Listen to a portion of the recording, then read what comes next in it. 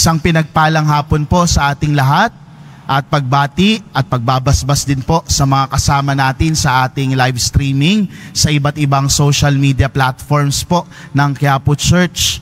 Ang pagpapala ng Diyos ay sumainyo saan mang dako kayo ng Pilipinas o saang dako man kayo ng mundo. At ang pagkalinga ng ating mahal na ina, ang Birhen ng Guadalupe, ay sumaating lahat. Iba-iba po yung nararamdaman nating emosyon kapag ka merong mga dumarating. Kagaya na lamang kapag ka pag dumarating po yung mga bill ng kuryente, ng telepono, at kung ano-ano pang mga bill na meron kayo sa bahay, anong nararamdaman ninyo?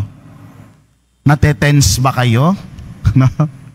Diba? Pag nagkasabay-sabay pa naman po, no? Parang ang sakit sa ulo. Ano? O kaya naman po, kapag dumating ang 13-month pay o ang bonus, Christmas bonus, no? Excited at masaya tayo. Pero may takot na baka sasahod pero hindi sasayad. Diretso sa pambayad. Di ba? Siyempre, ibang feeling yon. Kapag ka may dumarating na espesyal na bisita sa atin, mga tahanan, lalo kapag ka hindi inaasahan yung pagdating, hindi ba't naaaligaga tayo? Gusto nating mapagsilbihan, lalo na kapag ka prominente o kilalang bisita. No? Lahat ng mga hindi ninyo ginagamit sa bahay ninyong mga kubyertos at mga plato, ilalabas ng nanay mo yan.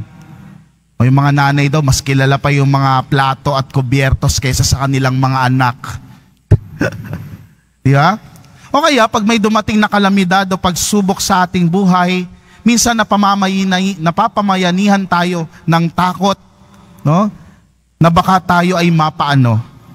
Sa ating ebanghelyo ngayon, maririnig natin ang ibang klase ng takot. Takot na naramdaman ngayon ni Maria nang dumating si Anghel Gabriel sa kanya.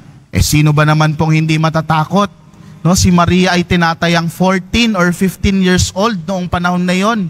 At sasabihin sa iyo ng isang anghel, sabihin, maglilihi ka ha, maglilihi ka, magbubuntis ka. Nung panahon pa naman nila, kapag ka ikaw ay nalamang buntis, nang walang asawa o mapapangasawa, o hindi ka pa betrothed or betrothed, babatuhin, isa sa mga pwedeng gawin sa iyo, batuhin hanggang sa ikaw ay mamatay. O sinong hindi matatakot kung kayo ang nasa sapatos sa sitwasyon ni Maria? Pero itong takot na ito ay napalitan ng isang tunay na kagalakan. Diba? Parang kabalintonaan, ano?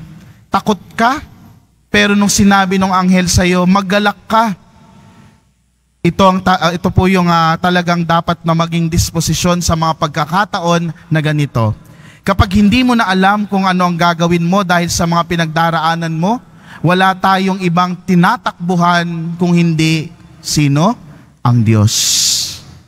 Tayong mga deboto ng Poong Jesus Nazareno, kapag nasasadlak na sa namakaraming pagsubok ng buhay, wala naman tayong ibang pinupuntahan kung hindi ang ating Poong Jesus Nazareno dito sa Quiapo Church. Hindi ba?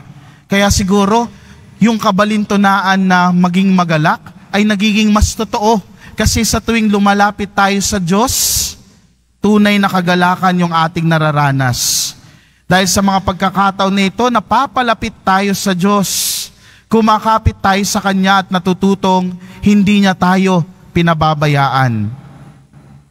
Kasi, binibigay natin yung buo nating pagtitiwala na ang mangyari nawa ay ang kalooban ng Diyos.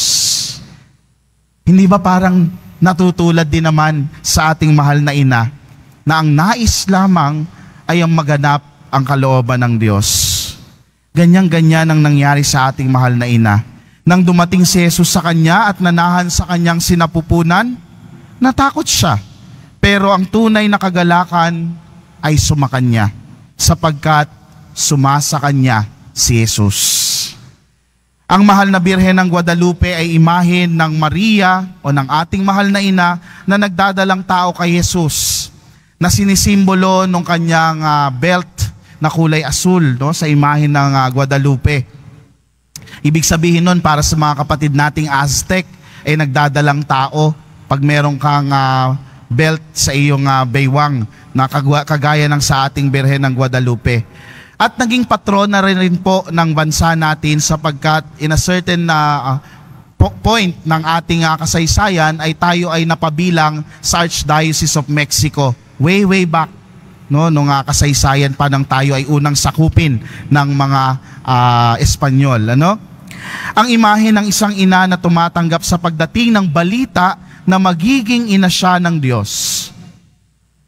Ang imahe ng ating mahal na ina ng Guadalupe ay larawan ng pamamayani ng kagalakan sa likod ng takot.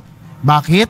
Dahil mula noon hanggang ngayon, ang mahal na Birheng Maria ay naghahatid ng presensya ng Diyos sa gitna natin. Hindi ba't ang pagdalaw niya sa kanyang pinsan na sa Elizabeth ay naghatid ng kagalakan ng Diyos na sumasa kanya? Hindi ba't tumalon pa nga sa sinapupunan ni Elizabeth ang kanyang sanggol na si San Juan Bautista, bagamat hindi pa man lumalabas, naramdaman na kagad yung presensya ng Diyos. Ito po sana yung hamon sa atin bilang mga deboto, bilang mga tagasunod ni Kristo at mga nagmamahal kay Maria. Tayo sana ay maging tagapaghatid ng kagalakan ng Diyos sa mundo. Maging buntis din sana tayo kay Jesus. Magdalang Jesus sana tayo. Tayong mga deboto ng Poong Jesus Nazareno, sana magdalang Jesus tayo sa tuwing tayo ay nakikipag-ugnayan sa ating kapwa. Siya na sumasa atin ay naghahatid ng pag-asa sa mga nawawalan ng pag-asa. Pawiin nawa ng Diyos ang takot sa ating mga puso sa mga bagay na darating.